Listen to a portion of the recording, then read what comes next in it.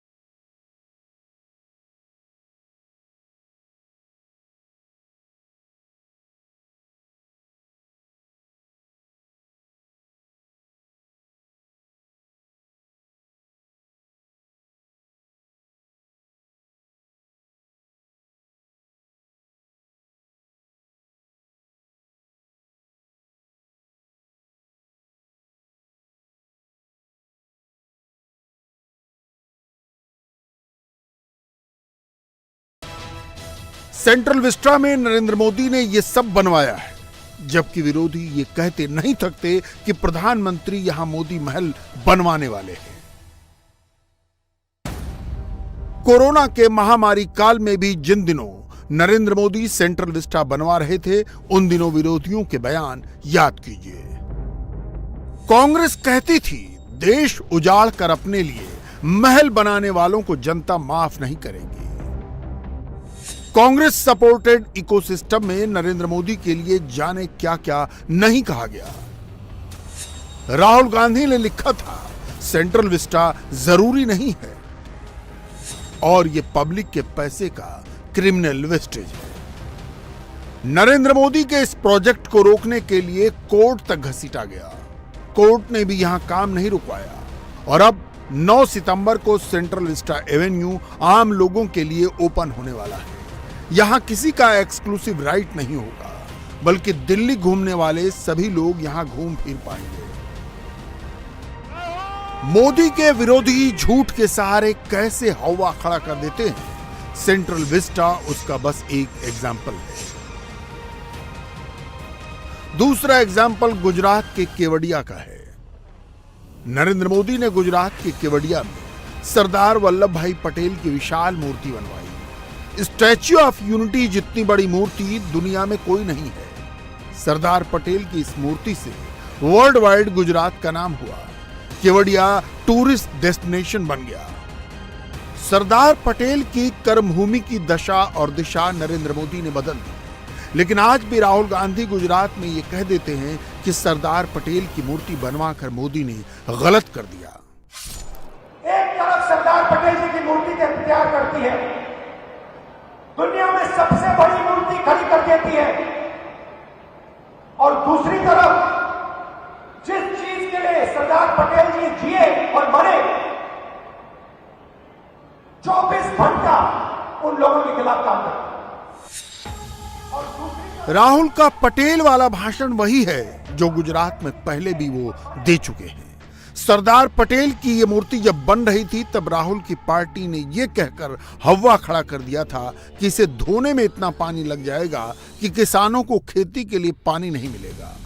आज यहां मूर्ति भी है और गुजरात के खेतों में पानी भी है। दरअसल राहुल के पास एक ही टेप है, वही टेप बार बार बजता है, साल बदल जाता है, लेकिन राहुल का टेप नहीं बदलता। दिल्ली में राहुल कहते थे कि मोदी ने महल क्यों बनवा दिया, गुजरात में राहुल कहते हैं कि पटेल की मूर्ति क्यों लगा दी। मोदी को हटाने के लिए 24 में मोदी को हराने के लिए राहुल गांधी 2 दिन बाद भारत जोड़ो यात्रा शुरू करने वाले हैं। भारत जोड़ो और कुछ नहीं बल्कि मोदी विरोधियों को एक मंच पर लाने की कवायद है। इसमें नीतीश कुमार भी होंगे, लालू यादव भी होंगे, तमिलनाडु वाले स्टालिन, महाराष्ट्र वाले ठाकरे और पवार भी होंगे। अरविंद केजरीवाल अभी थोड़ी दूरी बनाकर चल रहे हैं, लेकिन 24 का सियासी गुणागणित यही कहता है कि केजरीवाल भी देर सवेर एंटी मोदी मोर्चा में ही जुड़ेंगे। केजरीवाल ने फिलहाल अपना सारा फोकस गुजरात पर लगा रखा है, जहां इसी साल इलेक्शन है। गुजरात में राहुल की पार्टी से ज्यादा केजरीवाल की पार्टी की चर्चा है और पिछले कुछ दिनों से यहां मेधा पाटकर का नाम हेडलाइन में है। मोदी जी नर्मदा का पानी कच्छ के खावड़ा तक लेकर गए। अगर गुजरात में मोदी जी भगीरथ बनकर ना आते और नर्मदा का पानी कच्छ तक न पहुंचाते तो ये विकास संभव ही नहीं था। मगर आजकल कुछ लोगों ने एक नई शुरुआत की। नर्मदा का विरोध करने वाली मेघा पाटकर को पिछले दरवाजे से गुजरात की राजनीति के अंदर एंट्री करने की शुरुआत करी। मैं गुजरात के युवाओं को पूछना चाहता हूं, जिन्होंने नर्मदा योजना का विरोध किया, जिन्होंने गुजरात के विकास का विरोध किया, उनको गुजरात में एंट्री आप करने देंगे क्या? जोर से बोलिए, करने देंगे क्या? मित्रों, ये जो प्रयास चल रहा है, मैं सारे गुजरात की जनता को कहने आया हूं कि जिन्होंने दशकों तक गुजरात का विरोध किया, दशकों तक हमारी जीवादोरी समान नर्मदा योजना का विरोध किया, दुनिया का कोई मंच ऐसा नहीं है, कोई फोरम ऐसा नहीं है जहां पर गुजरात को बदनाम करने का एक भी मौका जिन्होंने जाने दिया। वो मेघा पाटकर को लेकर जो लोग आना चाहते हैं, उनको मैं कहना चाहता हूं, यहीं से रुक जाइएगा। ये गुजरात है, यहां गुजरात विरोधियों की कोई जगह नहीं।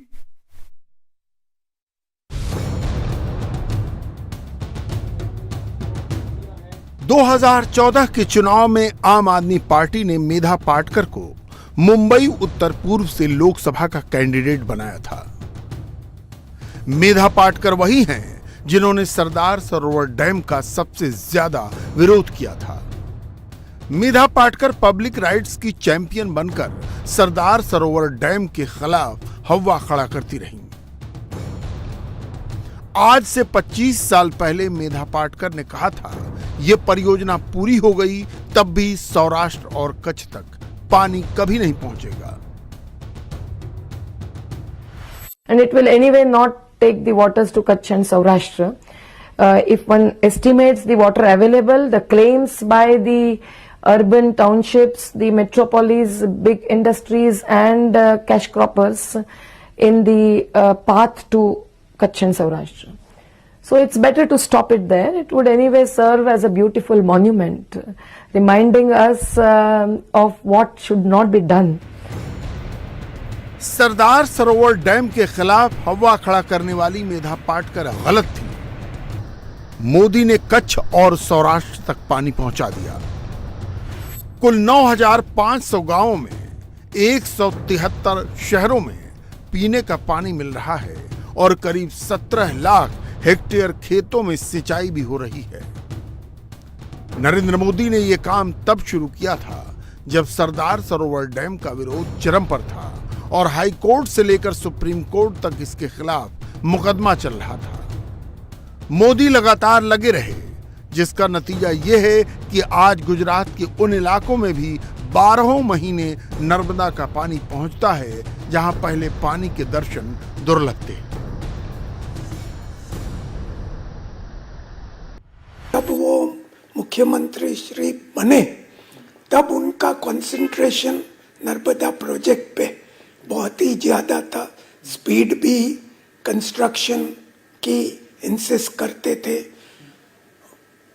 हर वेडनेसडे को वो रेवेन्यू मिनिस्टर के नीचे एक समिति बनाई थी जिसमें मुख्य सचिव श्री, सीएमडी नर्मदा ये सब थे, और उसके कारण से और सफिशिएंट मात्रा में फंड्स देने से कैनाल नेटवर्क का बहुत ही स्पीड से काम हुआ।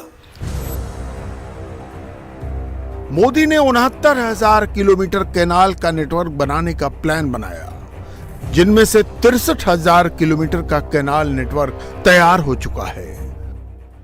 इससे पहले भी बहुत बाधाएं आई ये योजना के सामने। जो डैम की हाइट रुकी पड़ी थी, बार बार उसके पर जो रोक लगता था, उसके सामने उन्होंने लोकशाही ढंग से पॉलिटिकल प्लेटफॉर्म का उपयोग करके ये सोकॉल एनवायरमेंट के सामने प्रतिकार किया, और हमको इंजीनियरों को भी प्रोत्साहन देकर बोलते रहे कि जब तक डैम की ऊंचाई बढ़ती रहे तब तक आप कैनाल नेटवर्क में लगे रहो। मोदी ने सावनी परियोजना लॉन्च करके सौराष्ट्र के 115 डैम में से 89 डैम को नर्मदा के पानी से जोड़ दिया है। इसके साथ ही उत्तर गुजरात के डैम्स को भी नर्मदा कैनाल के साथ जोड़ दिया गया है। मेधा पाटकर ने सरदार सरोवर डैम को गलतियों का एक स्मारक बता करके परियोजना को सालों तक लटकाए रखा, और सोचिए यदि उनकी चल जाती तो ये परियोजना रुक सकती थी, और यदि ये परियोजना पूरी नहीं हो पाती तो हम किस परिस्थिति का सामना कर रहे होते, इसकी कल्पना कीजिए। करीब 4 करोड़ गुजरात की जनता जिसे रेगुलर पीने का पानी मिल रहा है इस परियोजना के जरिए, वो उस तक नहीं पहुंच पाता।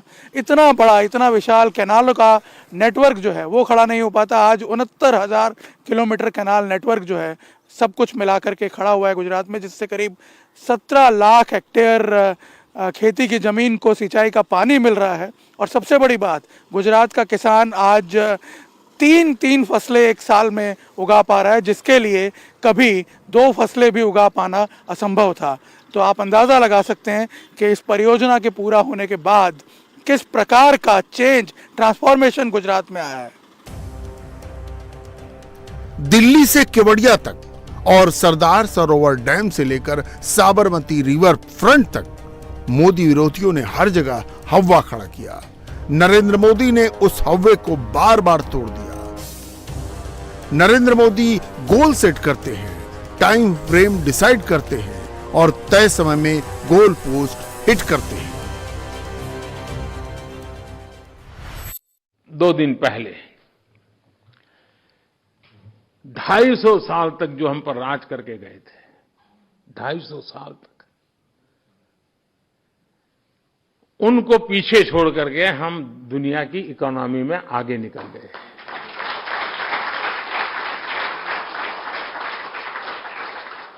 छह नंबर से 5 नंबर पर आने का जो आनंद होता है उससे ज्यादा आनंद इसमें हुआ। क्यों? 6 से 5 होते तो होता थोड़ा आनंद, लेकिन ये 5 स्पेशल है क्योंकि हमने उनको पीछे छोड़ा है।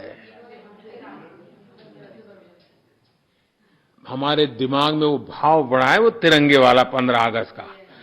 15 अगस्त के तिरंगे का जो आंदोलन था उसके प्रकाश में ये 5वां नंबर आया है, और इसलिए उसके अंदर वो जिद भर गई है कि देखा मेरा तिरंगा और फहरा रहा है। प्रधानमंत्री नरेंद्र मोदी रेवड़ी कल्चर पर अटैक करते हैं। मोदी विरोधी उसी रेवड़ी कल्चर की शरण में लौट आते हैं। गुजरात में ग्राउंड तलाश रहे राहुल गांधी ने भी आज वायदों की झड़ी लगा दी। सरदार पटेल जी की इन्होंने मूर्ति बनाई। अगर आज सरदार पटेल जी जिंदा होते और आप उनसे पूछते सरदार पटेल जी गुजरात में 3 लाख लोग कोविड के शिकार हुए, क्या उनको कॉम्पनसेशन, उनके परिवारों को कॉम्पनसेशन दिया जाना चाहिए, हां या ना? सरदार पटेल जी क्या कहते हैं? क्या सरदार पटेल जी कहेंगे नहीं देना है कॉम्पनसेशन? सवाल नहीं उठता। तो जो सरदार पटेल जी कहते हैं वो कांग्रेस पार्टी करेगी। 4 लाख रुपए कॉम्पनसेशन हर व्यक्ति को देगी। किसानों का बिजली बिल माफ करेगी और 300 यूनिट बिजली के जनरल कस्टमर्स को देगी। सरदार पटेल जी की मूर्ति लगाई हुई, हजारों स्कूल को बंद करना। तो हम 3000 इंग्लिश मीडियम स्कूल खोलेंगे और मुफ्त में लड़कियों को शिक्षा देंगे। गुजरात में फ्री वाली पॉलिटिक्स के जो कार्ड राहुल गांधी खेल कर आए हैं, ऐसे ही कार्ड्स केजरीवाल ने खेले हैं। इसका रीजन सिंपल है, पार्टी के परफॉर्मेंस के दम पर वोट नहीं मिलते, इसलिए मोदी विरोधी रेवड़ी के सहारे वोट बटोर लेना चाहते हैं। बिहार के मुख्यमंत्री नीतीश कुमार का अलग गेम प्लान है। नीतीश कुमार की पार्टी जेडीयू बिहार में ही नंबर 3 की पार्टी है। नीतीश 17 साल से मुख्यमंत्री हैं, 8 बार सीएम पद की शपथ ले चुके हैं। वो कभी अपने दम पर मुख्यमंत्री नहीं बने, मगर अब जोड़ तोड़ करके प्रधानमंत्री बन जाना चाहते हैं।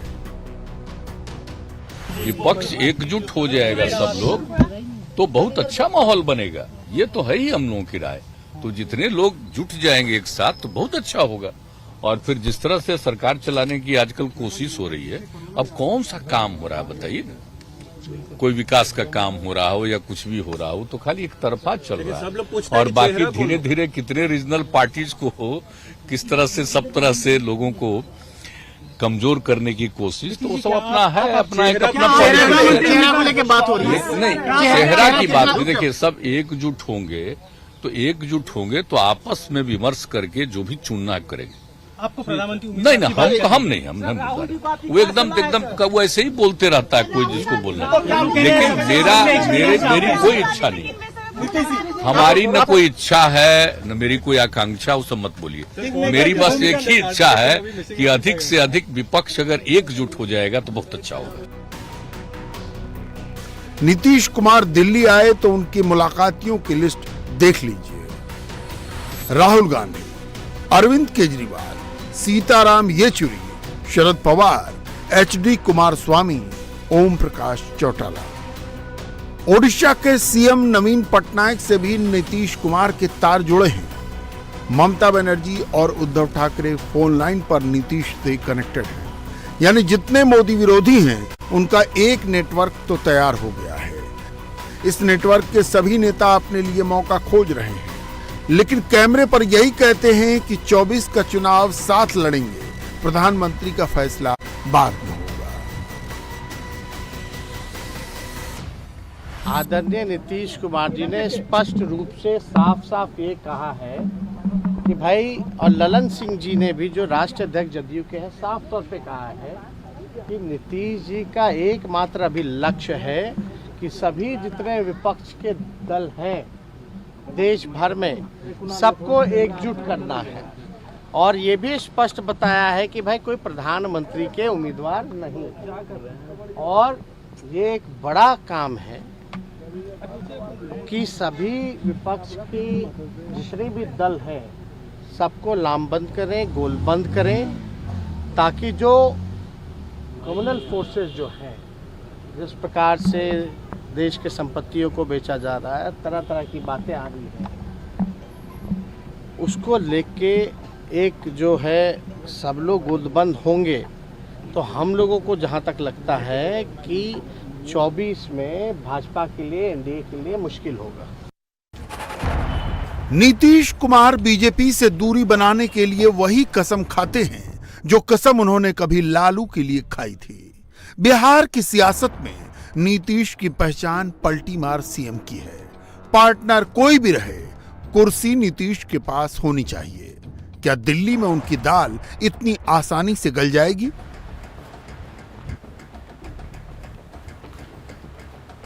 नीतीश कुमार नाना करते हुए भी पीएम पोस्ट के लिए हां करने को रेडी हैं। 10 जनपथ वाली लाइन खुल जाना ही उनके लिए बड़ी बात है। अध्यक्ष महोदय, गंभीर बात कहना चाहता हूं। नीतीश के पड़ोसी मुख्यमंत्री हेमंत सोरेन ने आज अपना गेम खेला। रायपुर के रिजॉर्ट में आराम फरमा रहे विधायक एक दिन के लिए रांची बुलाए गए और हेमंत सोरेन ने विधानसभा के रिकॉर्ड पर विश्वास मत हासिल करके दिखा दिया। बीजेपी विधायकों ने वॉकआउट किया और हेमंत सोरेन 48-0 से वोट ऑफ कॉन्फिडेंस जीत गए। आज का जो विश्वास मत था जो उन्होंने कह रहे हैं, तो एक प्रकार से अपनों से बंधक बना करके जिसको कहते हैं, उन्होंने विश्वास मत अपने लोगों प्रति, अपने सहयोगियों के प्रति जो उनको अविश्वास था, वो उन्होंने विश्वास मत हासिल कर रहे थे। नहीं तो आपने देखा होगा कभी भी ना राज्यपाल ने उनको विश्वास मत के लिए कहा, ना कोई कोर्ट ने कहा, ना हम लोगों ने कभी उनको अविश्वास किया है। हम लोगों ने तो ये कहा है कि इस राज्य के मुख्यमंत्री रहते हुए, खान मंत्री रहते हुए, वन मंत्री रहते हुए, जिन्होंने अपने नाम से खनन पट्टा लिया है, ये मुख्यमंत्री के पद का और पावर का दुरुपयोग और मिसयूज है। और इसीलिए हम लोगों ने गवर्नर से मांग की है कि इनकी सदस्यता समाप्त होनी चाहिए। हेमंत सोरेन भी हाल तक एंटी मोदी मोर्चा के एक्टिव पार्टनर हुआ करते थे, लेकिन जब से वो झारखंड में उलझे हैं, दिल्ली की राह भूल गए हैं। यही महाराष्ट्र में हो रहा है, जहां सरकार गंवाने के बाद शरद पवार और उद्धव ठाकरे ठंडे पड़ गए हैं। महाराष्ट्र में अमित शाह फुल एक्टिव हैं। ठाकरे और शिंदे की लड़ाई में अमित शाह ने शिंदे के कंधे पर हाथ रख दिया है। गृह मंत्री ने क्लियर कर दिया है कि उनके लिए शिंदे ही असली शिवसेना के नेता हैं। बीजेपी अब शिंदे के साथ मिलकर बीएमसी का चुनाव लड़ेगी। 24 अभी दूर है। अमित शाह ने पहले बीएमसी जीतने का प्लान बनाया है। एंटी मोदी मोर्चा एक होकर मोदी से लड़ने की ताक में है। मोदी अकेले होकर भी सबसे निपट रहे हैं। 24 की लड़ाई दिल्ली तक पहुंचे, ये मोदी के प्लान में नहीं है। इसलिए हर विरोधी के घर में उसे चैलेंज किया जा रहा है।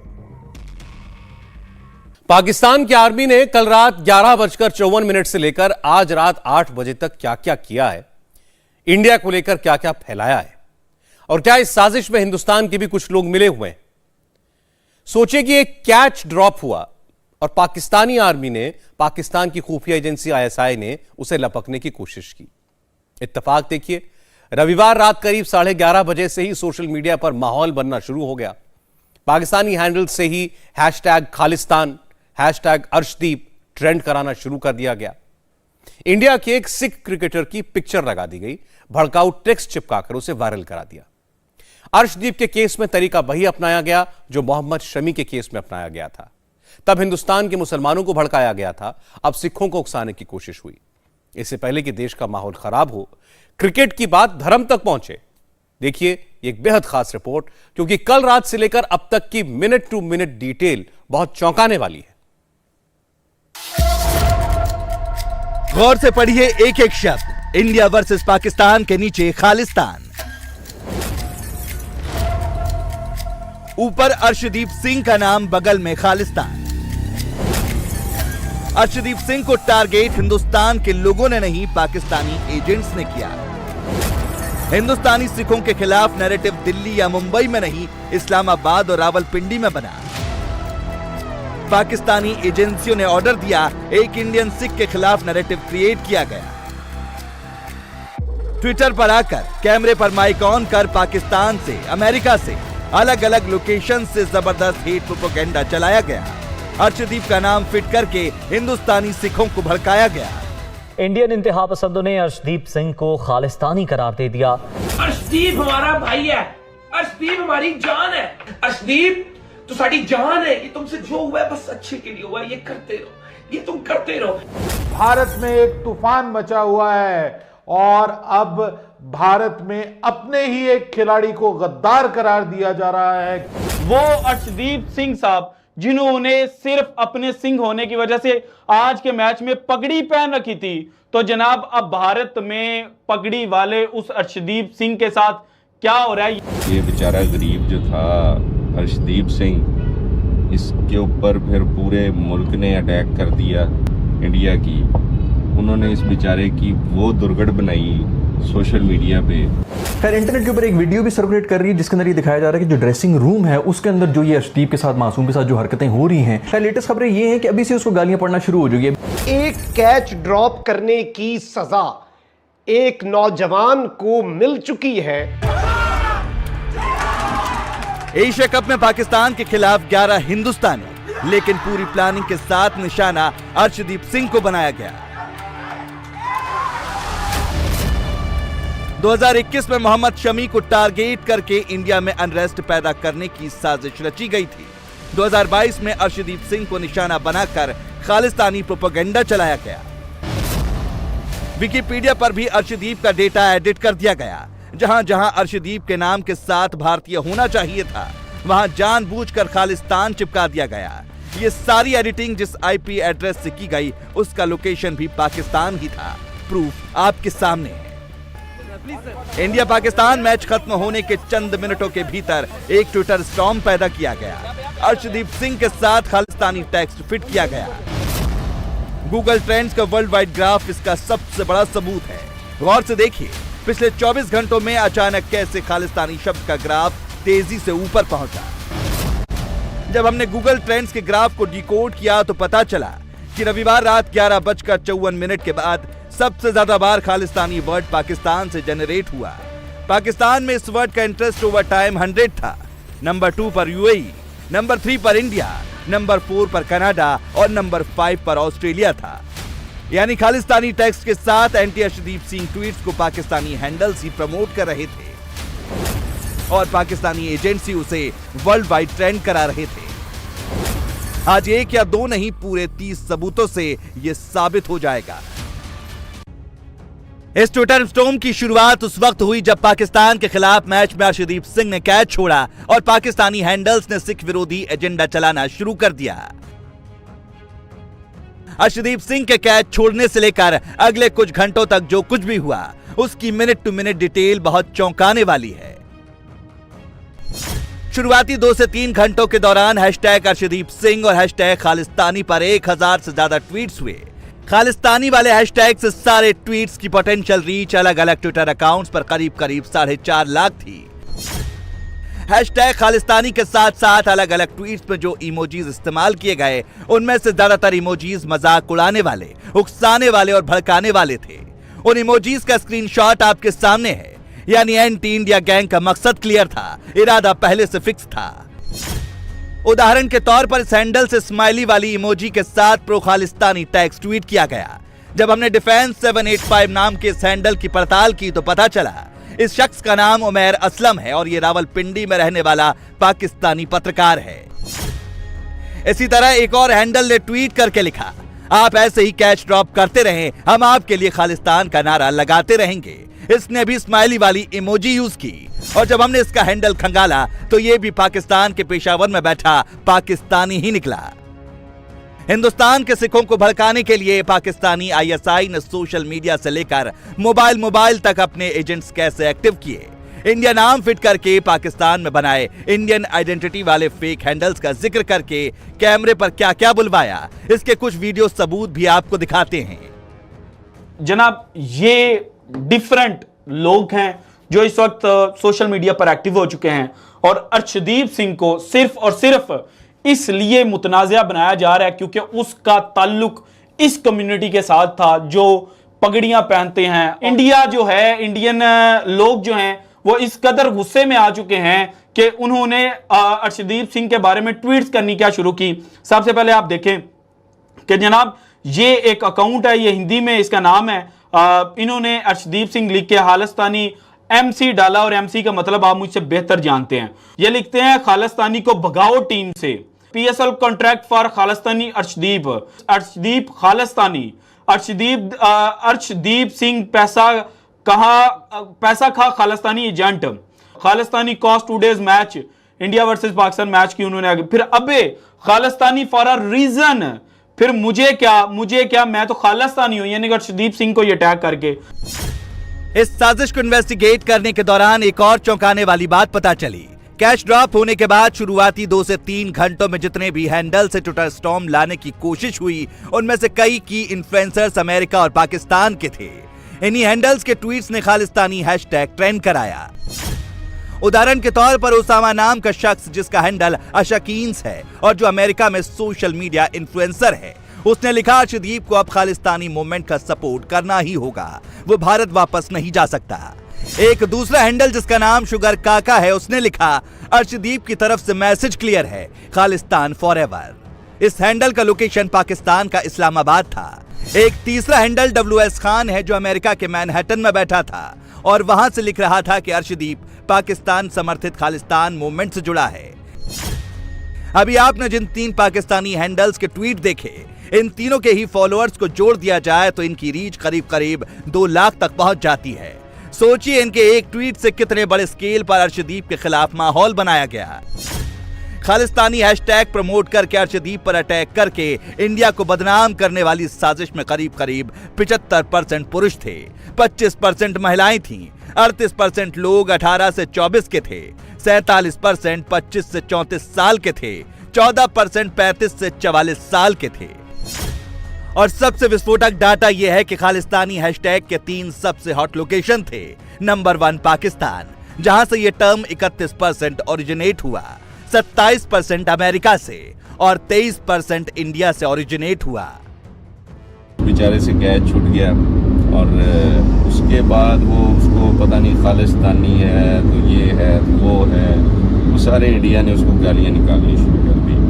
इंडिया इस मामले में थोड़ा सा लैग करता है। ये हार जाते हैं तो इस हार को ये दिलों पे दिमागों पे सवार कर लेते हैं और अपना मूड उनका ख़राब हो जाता है और बड़ा उस पर एक एग्रेसिव होकर रिएक्ट करते हैं और बाज़ तो बेचारे खिलाड़ियों की जान और उनके घरों को खतरे पड़ जाते हैं कि अवाम जो है ना वो डंडे लेके उधर पहुंच जाती है और पता नहीं क्या क्या कुछ कर जाते हैं। अर्शदीप सिंह के कैश टपकाने के बाद सिर्फ ट्विटर स्टॉर्म नहीं लाया गया, बड़ी संख्या में फेक अकाउंट्स भी बने, जिन्होंने गलत प्रचार करके बताना चाहा कि भारत सिख समुदाय के खिलाफ है और इस आग में घी डालने का काम किया पाकिस्तान में बैठे कमेंटेटर्स ने, जिन्होंने शमी से लेकर अर्शदीप तक सबका जिक्र करना शुरू कर दिया। शमी वाली पुरानी स्क्रिप्ट में अर्शदीप को फिट कर दिया।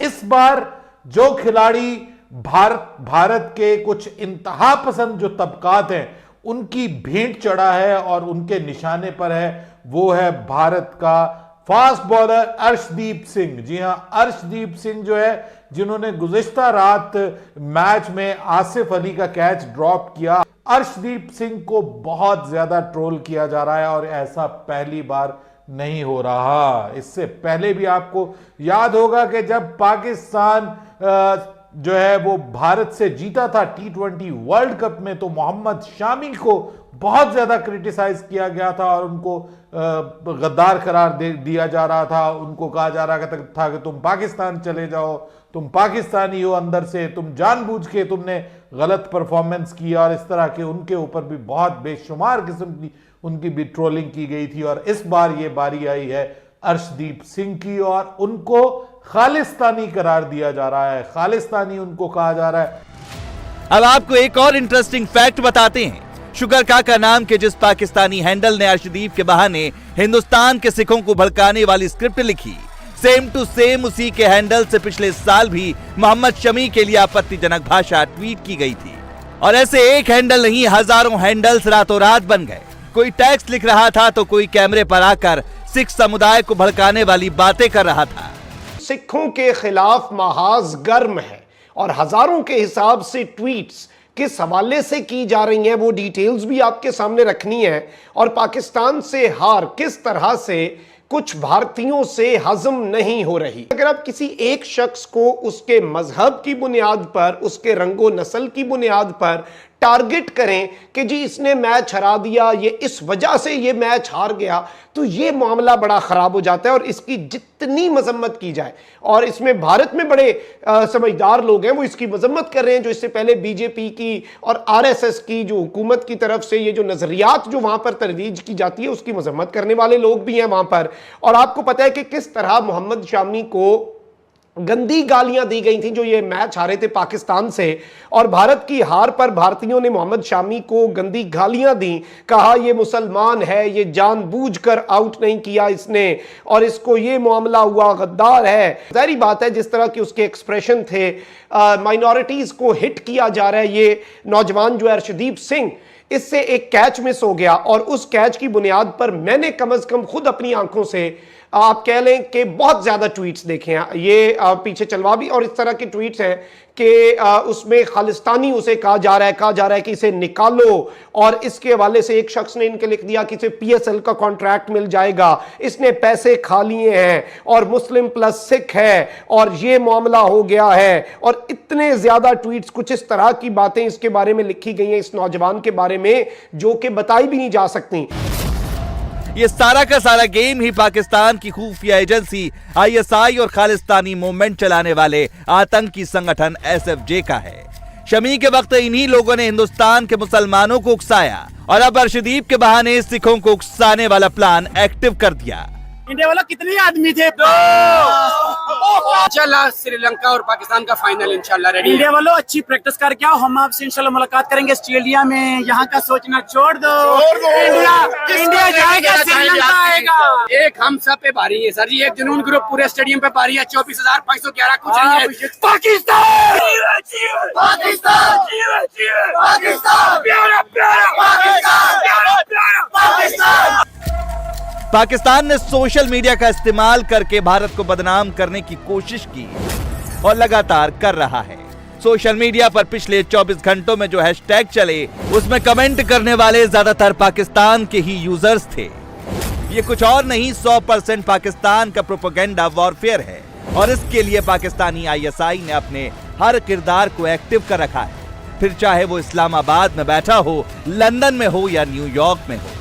जो कॉमेडी आज इंडिया के साथ कर दी, अनबीटेबल भाई। खल्ली वल्ली जाए, डेव शैपेल, क्रिस रॉक दूसरा चमाटा खा ले, मेरी तरफ से नहीं जा रहा। ये जो कॉमेडी आज कर दी है पाकिस्तान, बॉयज इन ग्रीन ने क्या रेड एंड ब्लू सब कर दिया ना, रेड एंड व्हाइट कर दिया। अरे भाई जबरदस्त जबरदस्त मजा आया। आखिर में वो अर्शदीप कैच पकड़ा दिया, तो अर्शदीप ने दिल्ली दिल में बोला, तुसी जा रहे हो, तुसी नहीं जाओ, नहीं जाओ कर दिया अर्शदीप। फिर आखिरी ओवर भी उसको मिल गया। यॉर्कर अच्छी मार रहा था लड़का, लेकिन भाई बस नहीं था आज किस्मत में, इंडिया तुम्हारे नहीं था आज तुम्हारी किस्मत में। वही वाला था जब आफरीदी, जो वो वाली फीलिंग में ढूंढ रहा था आवाम में, वो जब आफरीदी बार बार छक्के मारा था, और ये वाला जो था ना, और ये वाला जो बॉय था, बाद में जो रंग पलटे ना, ओ हो, ये जो कैमरा जब जाता ना ऑडियंस पे, और ये जब रंग पलट रहे होते, सही की बॉल डालना, ये वाले एक्सप्रेशन जब नजर आते ना, ओहो मजा आ जाता है, मजा आ जाता है। इंडिया टीवी हर वक्त हर जगह डाउनलोड करने के लिए सर्च करें India TV news Google play store या ऐप स्टोर पर।